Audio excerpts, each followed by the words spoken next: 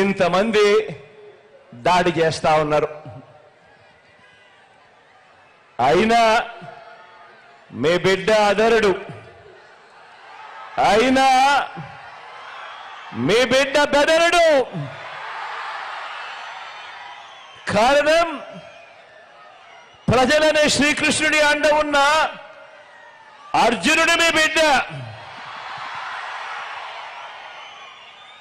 చేసిన మంచి మీద ఆ దేవుడి మీద నమ్మకం ఉంది కాబట్టి